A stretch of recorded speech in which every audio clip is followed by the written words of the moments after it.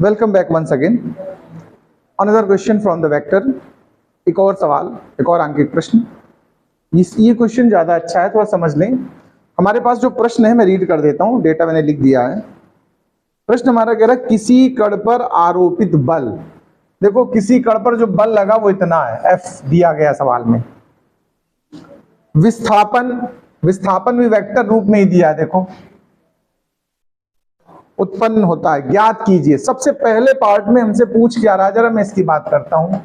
कह रहा ज्ञात कीजिए, हमसे क्या कह रहा है सवाल कि ज्ञात कीजिए। चलो अच्छा ज्ञात करते हैं। क्या ज्ञात करना? फर्स्ट पार्ट में सुनिए ध्यान से। बल द्वारा किया गया कार्य। हमें सबसे पहले क्या ज्ञात करना बताओ? कार्य ज्ञात करना। क्या ज्ञात करना भाई? अच्छा एक बात सुनो, जब हमने आपको डॉट प्रोडक्ट सिखाया है तो कार्य का एक सूत्र पढ़ाया है।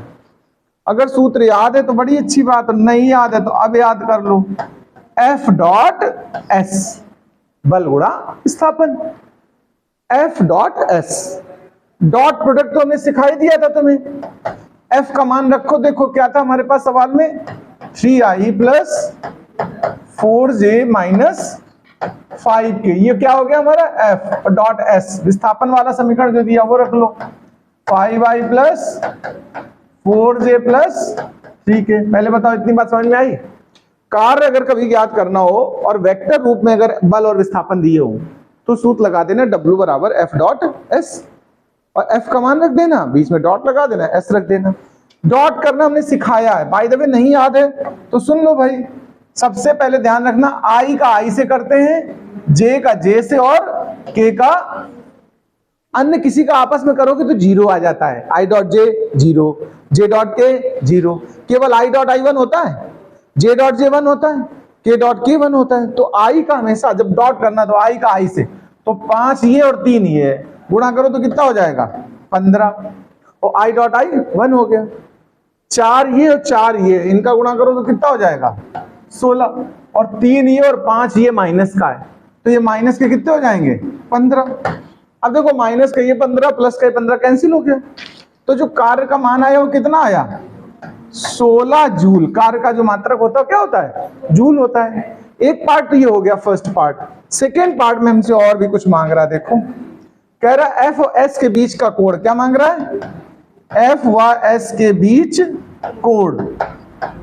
ठीक है भाई, अगर हमें कोण ज्ञात करना है तो पहले सूत्र आप F डॉट S ओपन करें तो क्या होता है? FS cos theta.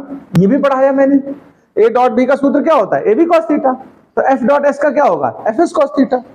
ये FS क्या है? मान है, मैग्नीट्यूड से ना, तो कॉस थीटा आएगा F डॉट S अपान F इंटू S। ये मॉड है, मतलब चाहो तो मॉड लगा के लिखो चाहे बिना मॉड के लिखो, ऐसे समझो।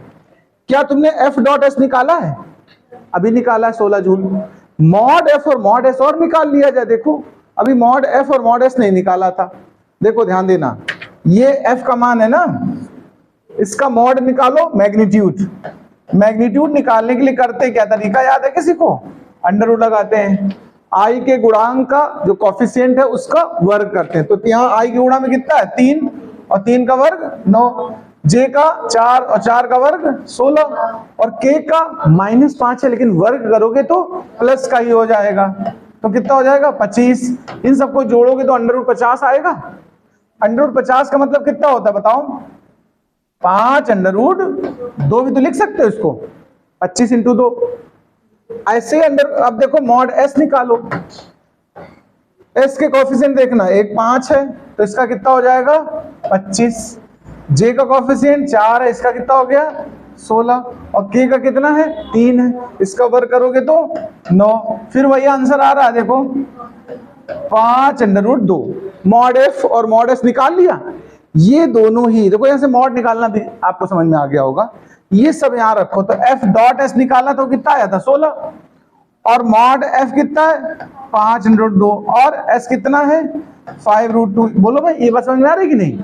अच्छा रूट 2 इंटू रूट 2 2 होता है, पता कि नहीं पता? अंडर रूट 2 गुणा अंडर रूट 2 कितना होता है? 2 हो जाता है, और 2 से इसको काटो तो 8 और 5 25। देखो कॉस थीटा इतना आया है तो थीटा बराबर क्या आएगा? Cos inverse 8/25। चूंकि इसका मान हम ज्ञात नहीं कर सकते डायरेक्ट, हमें कुछ मान ही तो याद होते हैं, cos 0, cos 30, cos 45, उस तरह का अगर कोई मान आता, जैसे 1/10² आता तो cos 45 लिख देते, नहीं 45 अंश हो जाता। √3/2 आता तो ये किसका मान है, cos 30 का है। मतलब कुछ जो हम जानते हैं उस तरह का कोई डेटा होता तो एंगल निकालते, नहीं तो cos इनवर्स करके हम छोड़ देते हैं। नोट कर लीजिए इस क्वेश्चन को भी।